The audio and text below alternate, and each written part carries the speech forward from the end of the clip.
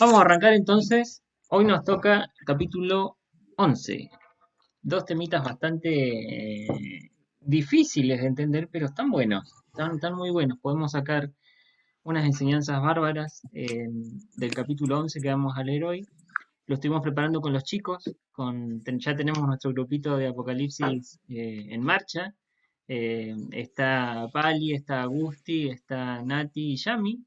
Y ya tuvimos el domingo pasado la primera charla, bueno, sí, la primera, la segunda ya habíamos tenido una con Pali Gusti, y ya charlamos un poquito acerca de este capítulo, y está muy bueno porque cada uno aporta una mirada distinta, así que se enriqueció mucho, lo disfrutamos mucho, y esperemos que, bueno, que hoy también lo puedan disfrutar ustedes.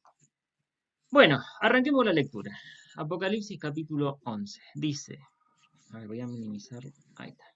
Entonces me fue dada una caña semejante a una vara de medir, y se me dijo, levántate y mide el templo de Dios, y el altar, y a los que adoran en él.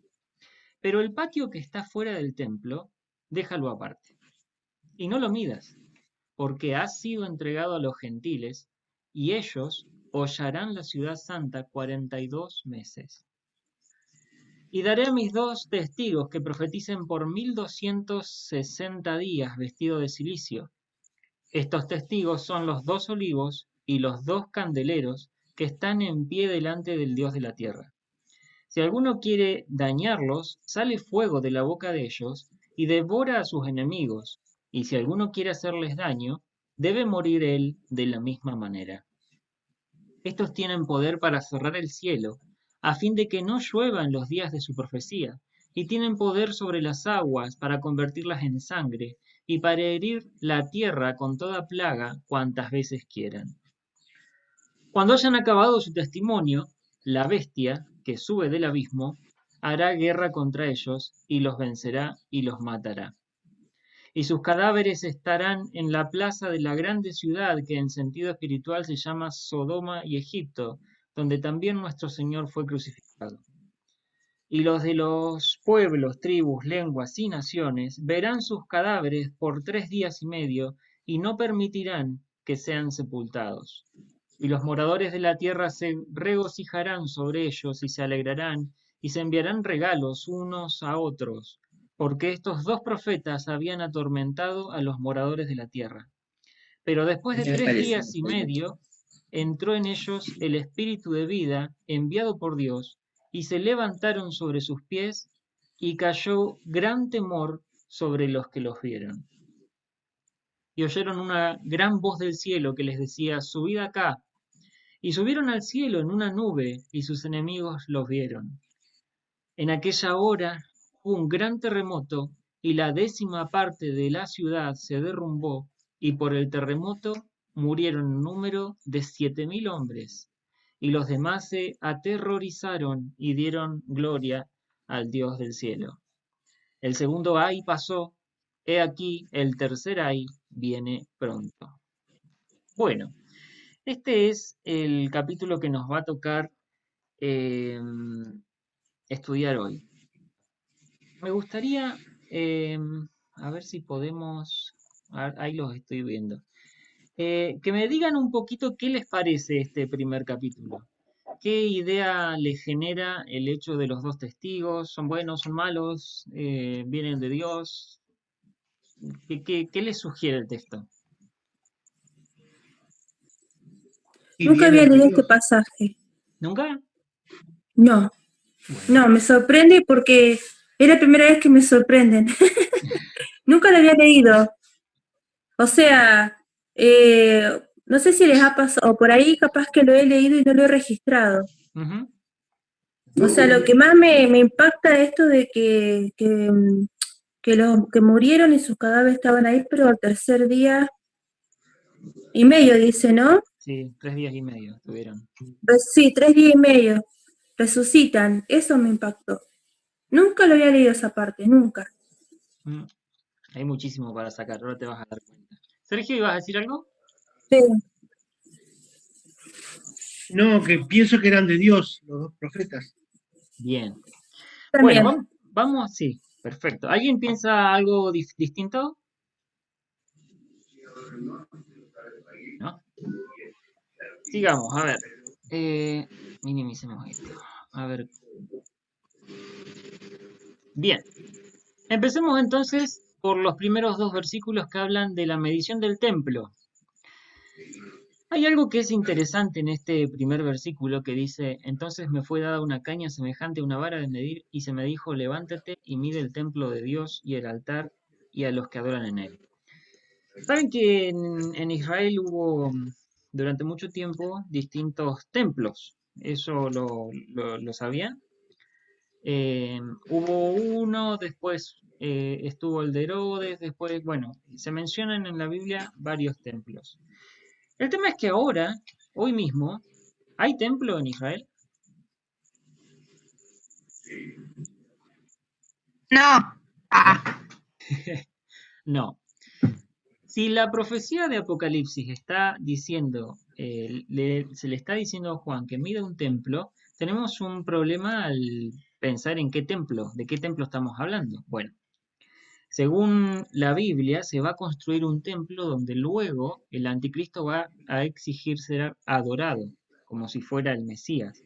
De hecho, los judíos que no creen en Jesús todavía están esperando un Mesías.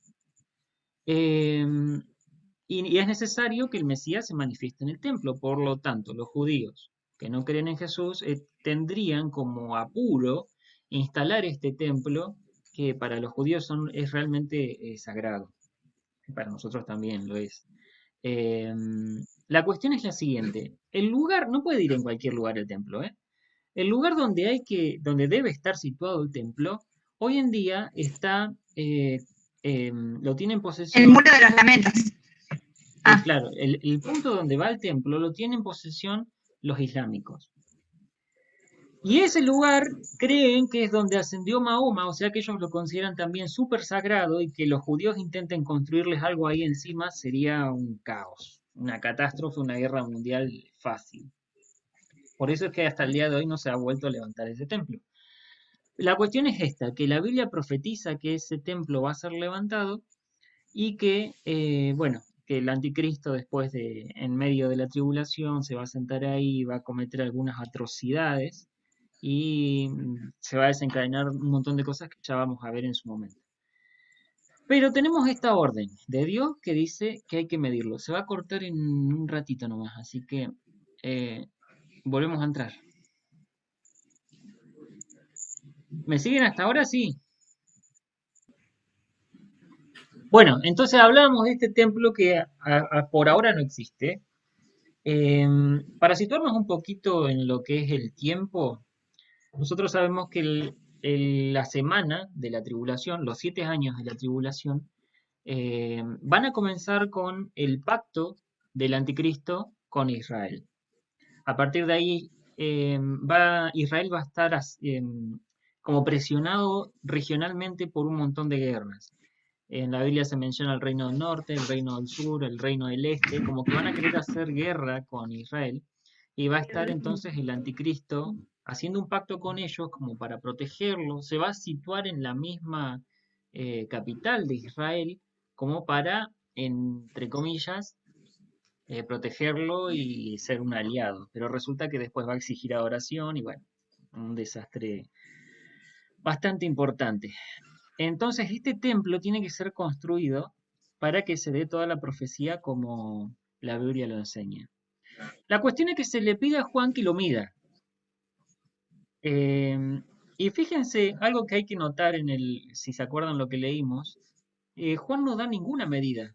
O sea, se le dice a Juan que lo mida, pero él no da ninguna medida. Entonces, ¿a qué se va a hacer referencia cuando le pida que lo mida? Primero, vamos a analizar el instrumento de medición. A ver si esto anda. Sí.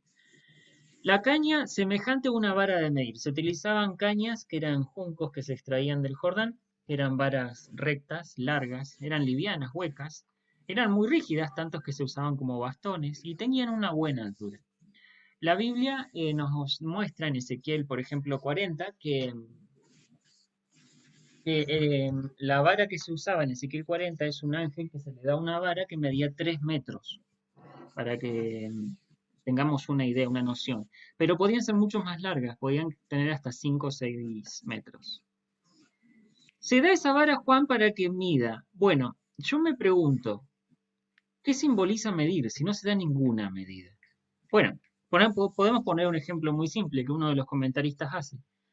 Si yo voy a vender una casa, supónganse un terreno, lo quiero vender, y viene el comprador con alguien que va a tomar las medidas y todo el terreno. Bárbaro. Hago la transacción y listo. No hay nada extraño. Ahora, si alguien viene, antes de que se hable siquiera de una venta, de un terreno, viene y me empieza a medir el terreno, hay algo raro en el medio. Entonces, que el Señor le pida a Juan que lo mida, está hablando como que tenga libertad para hacerlo. Lo podríamos traducir en decir que Dios siente que es suyo, Dios lo reclama para sí. Entonces esa medición, en primer lugar, lo que nos estaría hablando es que Dios reclama el templo como suyo. Eso lo dice, por ejemplo, el comentarista Birfi. Hay otros comentaristas que señalan que, bueno, el templo no es el templo físico, sino que está haciendo alusión algunos dicen al pueblo judío, otros dicen a la iglesia, los que no creen en el arrebato antes de la tribulación. La cuestión es que, si vemos el contexto, la palabra templo es difícil que encaje si luego se pide que miden también a los adoradores, que es otra cuestión que llama mucho la atención. Así que la interpretación más probable es que este templo sea lugar físico preparado justamente para todos los encuentros que se van a ir dando. Tampoco hay necesidad de simbolizar nada, al menos el texto no lo requiere. Entonces vamos a entenderlo así, como que este templo es el templo que está por ser construido. La cuestión es que Dios está reclamando que se mida ese templo y también a los que adoran en él. A ver, pensemos, esto me choca a mí. ¿Cómo Dios va a reclamar que se mida a los adoradores? Steffi se sentiría discriminada. Me va a matar. No, a ver, la cuestión es, no es solamente que se tome una medida de su estatura, porque eso sería innecesario, podríamos decirlo, sino que Dios está diciendo a Juan que mida a los adoradores con una vara de 3 metros. ¿Entienden el conflicto que hay en eso? ¿Cómo se puede medir a alguien con una vara de 3 metros? ¿Quién da la altura de la medida? Nadie. Nadie. Y ni hablar si encima la caña era más alta. Si fueran de 4 o 5 metros, no se puede medir con esa caña a nadie porque nadie da la altura. ¿Esto qué nos está diciendo? Que nadie puede adorar a Dios por sus propios medios, como Dios lo requiere a la misma altura. De esta forma tenemos que notar que la suficiencia frente a Dios, ¿cómo la podemos lograr? Conectados a Dios. Exactamente. Como dice Jesús, sin mí nada podéis hacer. Exactamente. Y ahí es donde vamos a la idea del Apocalipsis nuevamente. Dios quiere que nos despojemos de nuestro pecado, de nuestro cuerpo corrupto, para identificarnos con Él y ahí poder dar a la medida. Nuevamente se está haciendo referencia a que la medición, cuando yo soy insuficiente, porque no me pueden medir, porque no doy a la altura, yo reconozco mis pecados, los saco fuera, reconozco a Dios como mi Señor y cuando me van a medir a mí, adivinen a quién están midiendo. Al Señor Jesús. Es la ironía del cristianismo, porque yo no recibo lo que merezco, que es la condenación por mis pecados, sino que la recibió Jesús y gracias a Él salió victorioso y hoy tengo victoria yo. La victoria que consiguió Cristo la tengo yo. La medición de la victoria de Cristo es también mi medida de victoria y es lo más apasionante de estudiar en Apocalipsis, la identificación que quiere lograr Cristo con nosotros. Bueno, seguimos un cachito más. El versículo siguiente dice, pero el patio que está fuera del templo, déjalo aparte y no lo midas, porque ha sido entregado a los gentiles, y ellos hollarán la ciudad santa 42 meses.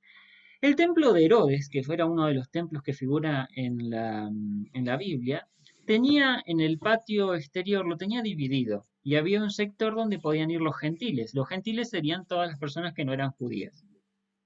El tema es que estas personas no podían ir más allá de ese espacio asignado. Si iban más allá, eran condenados con la muerte.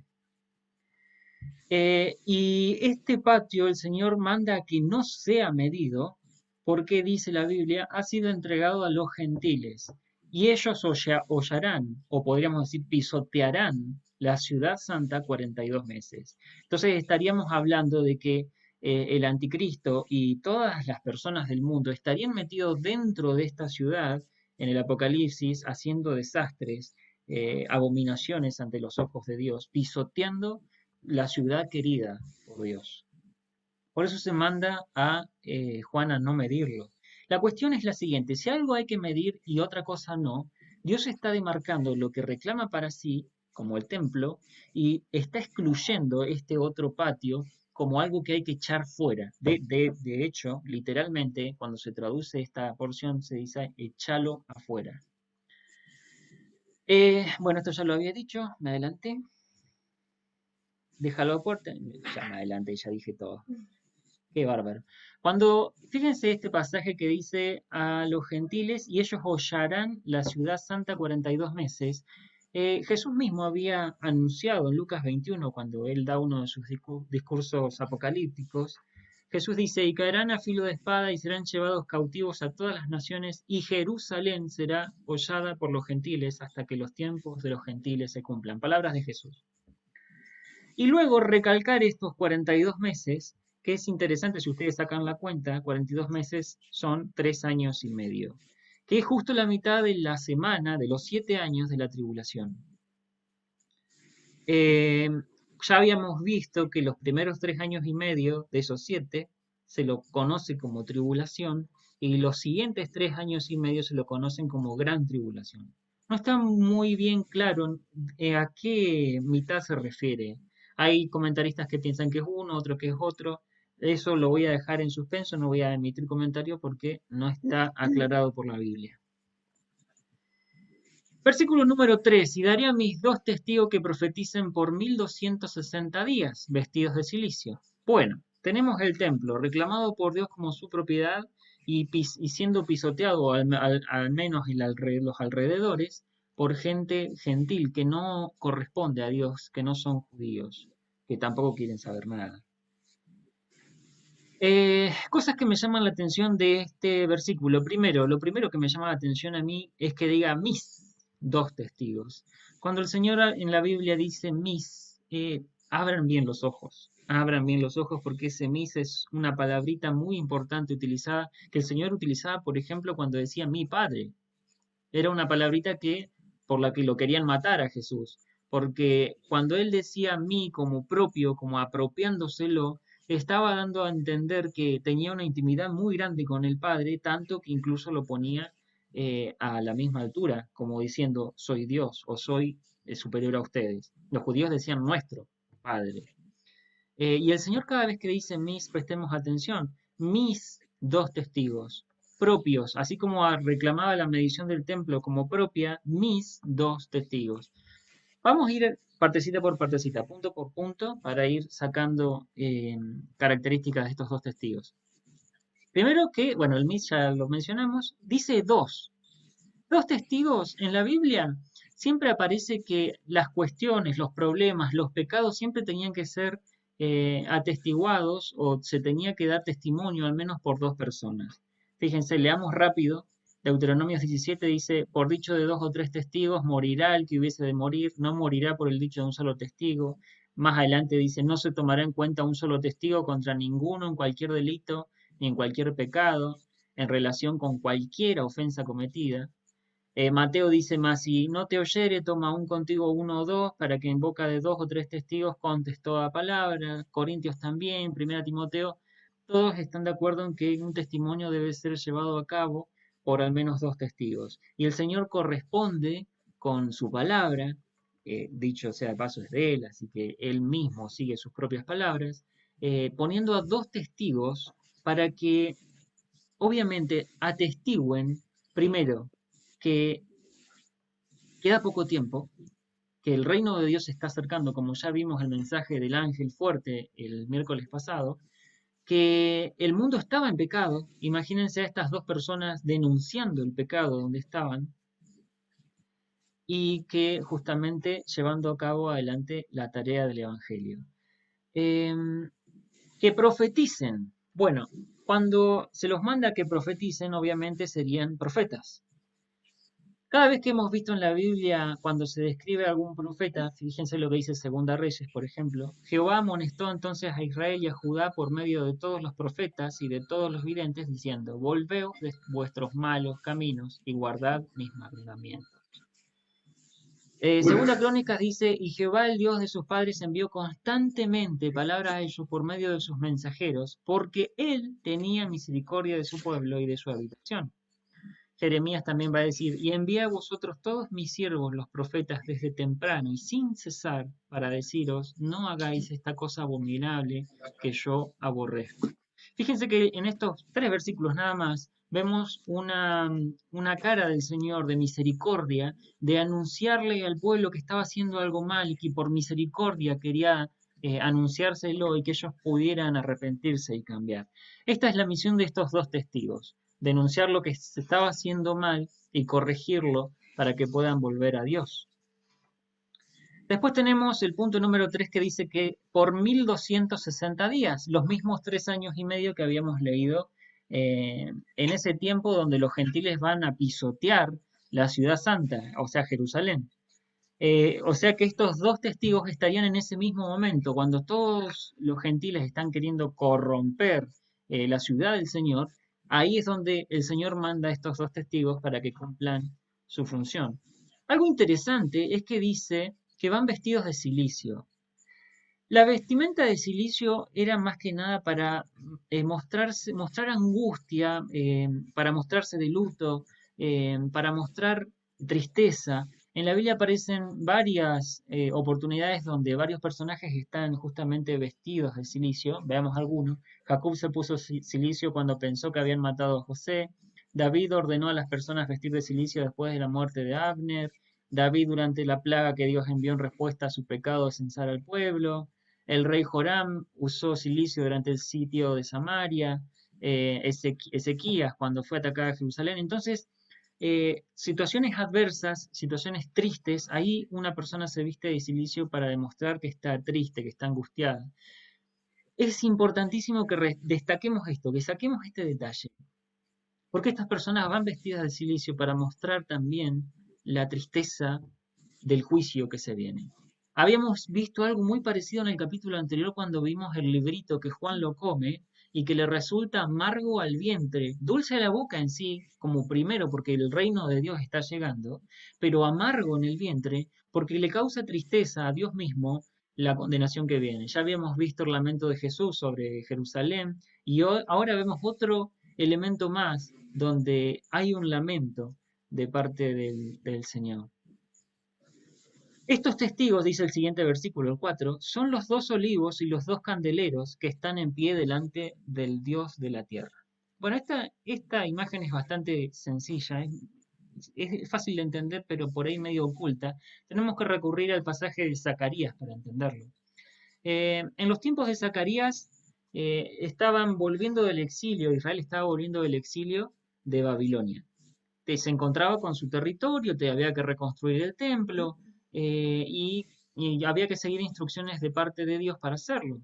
Bueno, hubo 2 personajes muy importantes que eran Zorobabel y Josué, que se los mandaron para que guiaran el restablecimiento de Israel, para que volvieran a construir el templo, para que dirigieran a Israel y que lo pusieran en un lugar de testimonio con respecto a las otras naciones de Dios mismo. Entonces estas personas, llenas del Espíritu Santo, por la idea que nos da el pasaje de Zacarías, llevaron adelante su responsabilidad de dirigir a la nación en todos los asuntos civiles y espirituales. La cuestión es que estos 2 testigos se los compara con ellos, es decir, van a estar llenos del Espíritu Santo de por sí, porque cuando se habla de un olivo y un candelero estamos hablando como figura de la acción, del poder del Espíritu Santo. Y si ustedes tienen tiempo, lean por favor el pasaje de Zacarías porque la imagen que nos da, la idea que nos da, Es un candelero que tiene suministro continuo de aceite, que no para nunca. Entonces estas personas van a estar llenos del Espíritu Santo, no les va a faltar nada para llevar adelante su obra. Y justamente si los relacionamos con Zorobabel y Josué, van a tener la misma capacidad de llevar adelante el restablecimiento del testimonio en Israel.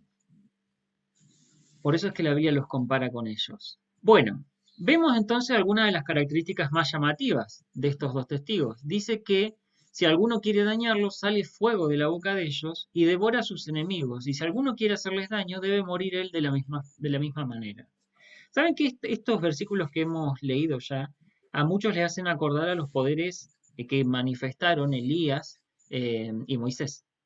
Cuando hablamos de que tienen poder para cerrar el cielo, para que no llueva, tienen poder para convertir el agua en sangre y para desatar las plagas tantas veces como quieran, nos hacen acordar justamente a Elías y a Moisés.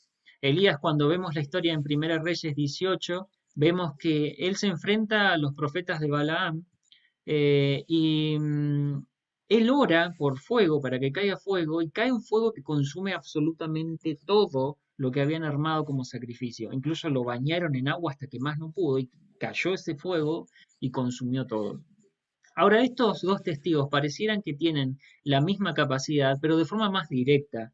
Elías lo conseguía pidiéndoselo a Dios. Estos dos profetas, según el texto, pareciera que tienen una acción mucho más directa, de la misma forma, pero más directa en fin. Y también el mismo poder para hacer que no llueva. Algo interesante de notar es que Elías, cuando le anuncia a Acab, que era el rey en su momento, de que no iba a llover, no llueve durante 3 años. Y estos profetas van a estar en un tiempo de 1260 días, que eran los 3 años y medio. Entonces es muy similar el tiempo y obviamente la acción con la vida y la obra de Elías. En cuanto a Moisés, bueno, ya habíamos visto esa actividad de poder convertir las aguas en sangre y también de liberar las plagas tantas veces como quieran. Notemos que en Egipto fue limitado, el número de plagas fue limitado. Ahora se le dice tantas veces como quieran, cuantas veces quieran, dice literalmente el pasaje. O sea que es el poder de Elías y el poder de Moisés, bueno, el poder es de Dios, ¿no? Pero la capacidad de llevar adelante la obra de Moisés y de Elías, tanto como fue en el pasado y aún mucho más. En cuanto a la identidad de estos dos testigos, no voy a decir mucho, porque hay muchos que piensan que es justamente Moisés y Elías en persona, otras personas que dicen, no, es este otro. La Biblia no lo aclara, solamente dice que llevan adelante su obra como si fueran estas personas. No voy a decir mucho más porque sería solamente suponerlo. Versículo 7 es bastante dramático, dice, cuando hayan acabado su testimonio, la bestia que sube del abismo hará guerra contra ellos y los vencerá y los matará. A mí me chocó leer este versículo, porque unas personas llenas del Espíritu Santo que llevan la obra de Dios con tanto poder, eh, que hayan terminado su obra y la bestia los mate, me hace sentir mal, les soy sincero. Y me llegué a preguntar, le preguntaba a los chicos, de hecho el domingo, ¿cómo es esto? ¿Cómo puede ser posible?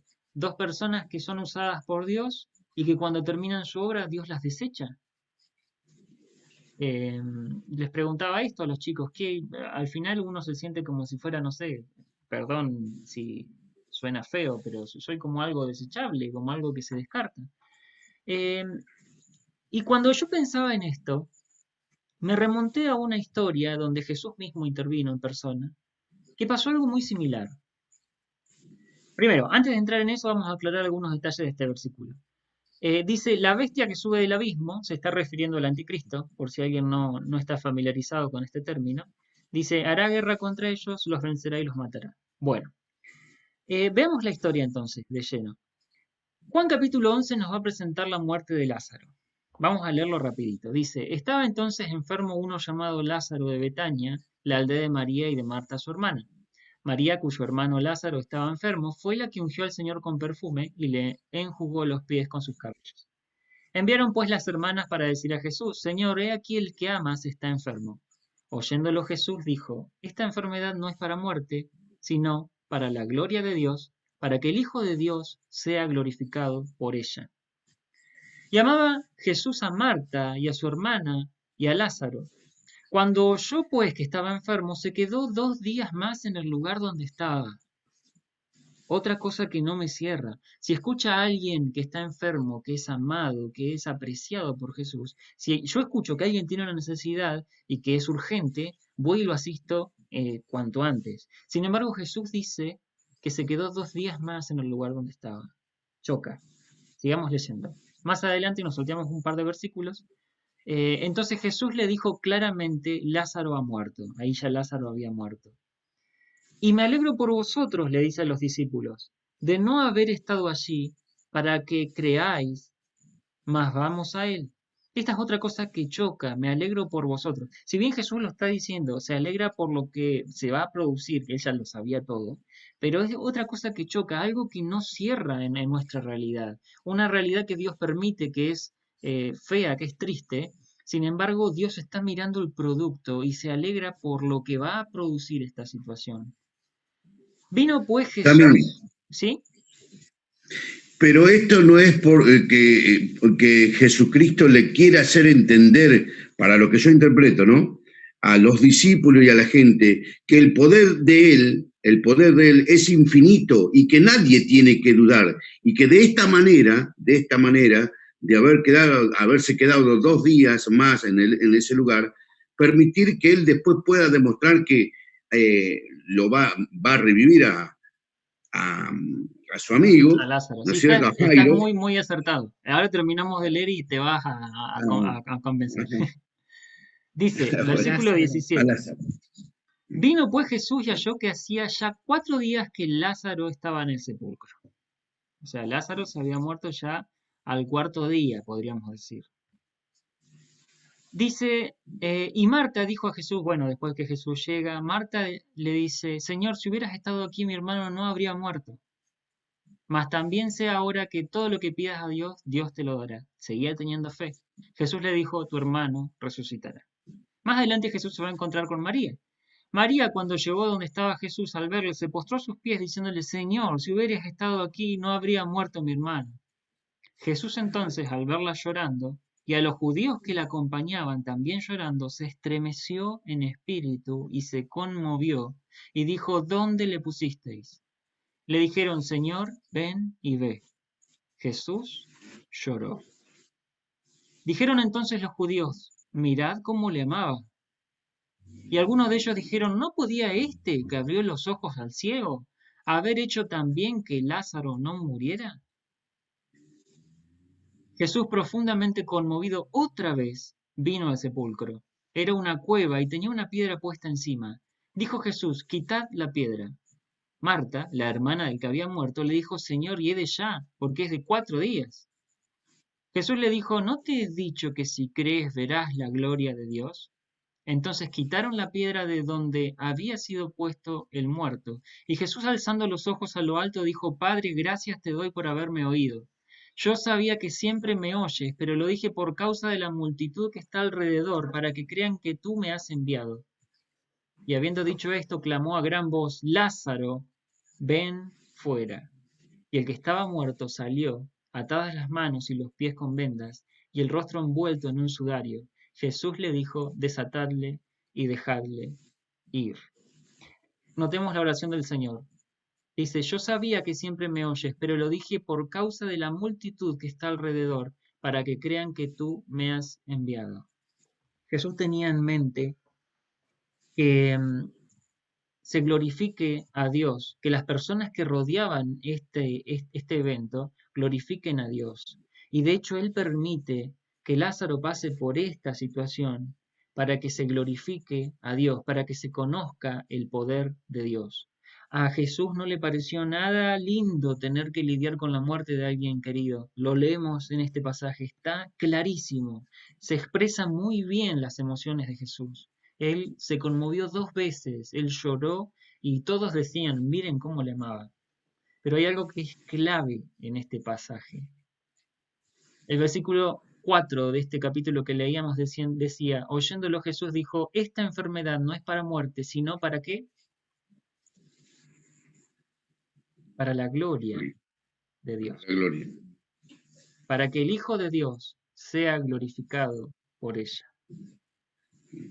Vamos a hacer un salto en lo que veníamos hablando. Estos dos testigos murieron, pero cuando fueron resucitados, en el versículo 12 y 13 dice, y oyeron una gran voz del cielo que les decía, subid acá, y subieron al cielo en una nube, y sus enemigos lo vieron. En aquella hora hubo un gran terremoto, y la 10ª parte de la ciudad se derrumbó, y por el terremoto murieron en número de 7.000 hombres, y los demás se aterrorizaron. ¿Y qué hicieron?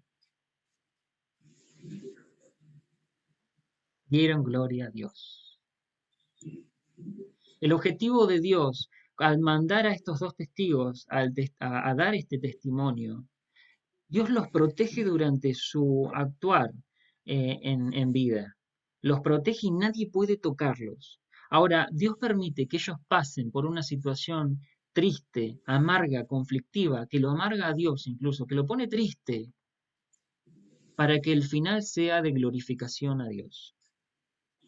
Es realmente imponente ponerse a pensar, ¿yo glorificaría a Dios en medio de mi angustia? ¿Yo glorificaría a Dios en medio de mi muerte? ¿Estaría dispuesto a morir para que Dios sea glorificado? Es realmente sorprendente. Y no nos olvidemos la descripción que Dios hace de estos testigos. Dice, mis testigos, mi amigo Lázaro. Es impresionante. La verdad, encima, cuando comparamos el tiempo que estuvieron muertos los dos testigos, 3 días y medio, podría ser tal cual corresponder con el 4.º día de sepultura de Lázaro. El paralelismo que hay entre estos dos pasajes es tremendo. Jesús demostrando su emoción, su amor por estos dos testigos, enviándolos, como hizo con el mismo Jesús, envió a su propio Hijo para llevar adelante la obra que todos conocemos.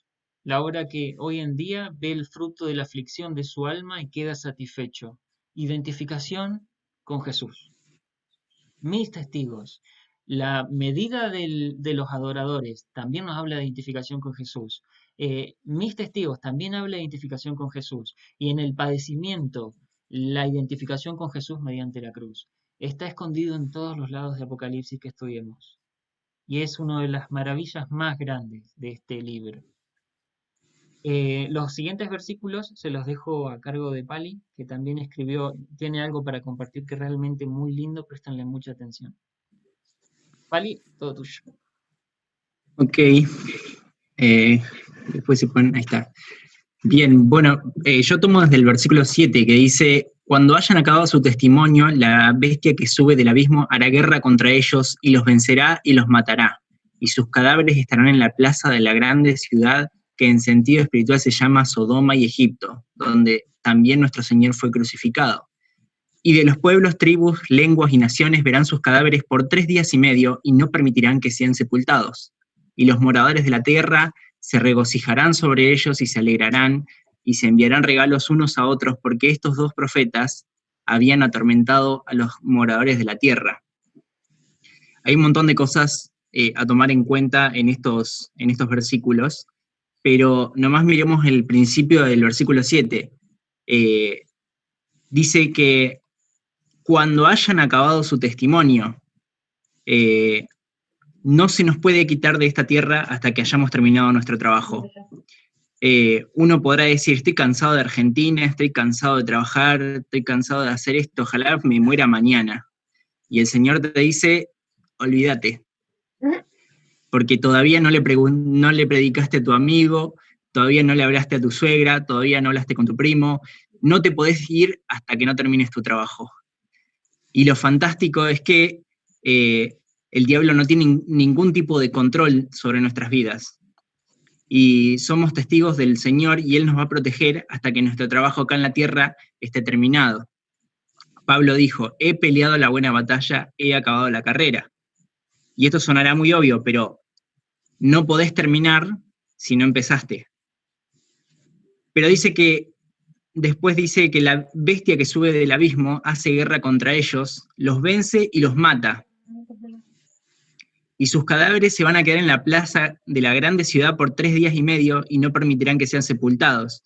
Encima, lo más increíble es que dice que los moradores de la tierra estarán felices porque murieron. ¿Por qué van a estar felices? Porque estos hombres, con su predicación, tocaron y movieron la sociedad dentro del ser humano. Dice la Biblia que habían atormentado a los moradores de la tierra con su predicación.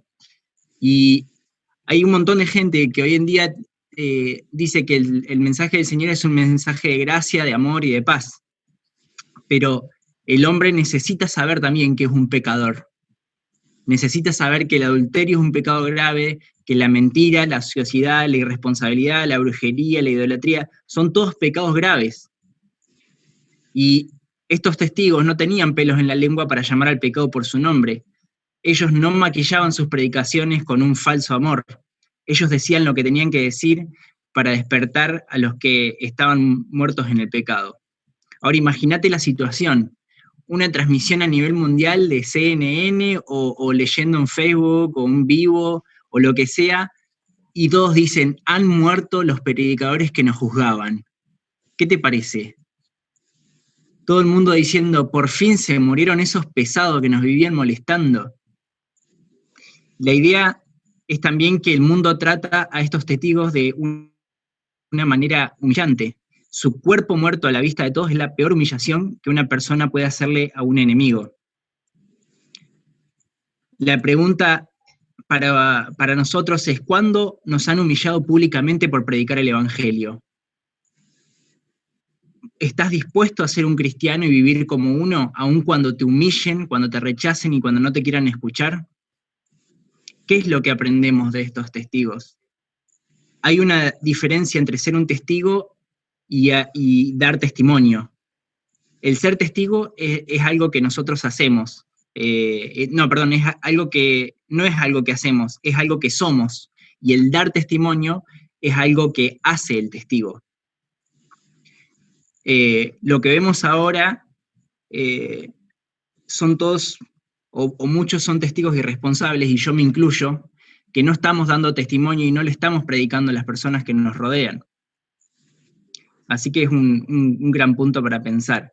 ¿Pero qué pasó después? Versículo 11 dice, pero después de 3 días y medio entró en ellos el espíritu de vida enviado por Dios y se levantaron sobre sus pies y cayó gran temor sobre los que los vieron.